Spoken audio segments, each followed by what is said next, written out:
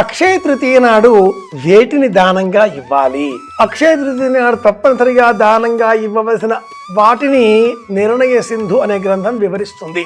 వాటిలో మొదటిది ఛత్రము, గొడుగు. రెండవది పాద రక్షలు, మనం ధరించేటటువంటి చెప్పులు. 3 మంచి నీరు. ఉదకుంభము అన్న పేరిట మట్టి కుండ నిండా నీరు పోసి మూత పెట్టి ఆ పైన మామిడి పండ్లు, ఈ వేసవిలోనే లభించేవి 5, 7, 9 ఈ సంఖ్యలో ఉంచి వీటిని దానంగా ఇవ్వాలి.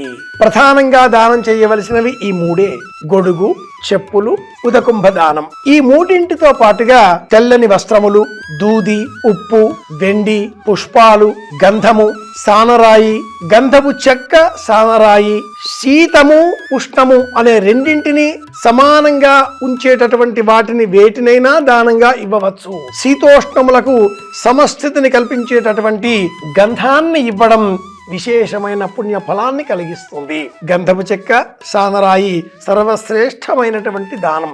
అక్షయ తృతీయ నాడు చేయవలసినటువంటి దానం. మల్లె పువ్వులతో చేసిన మాలికను కూడా దానంగా ఇవ్వవచ్చు.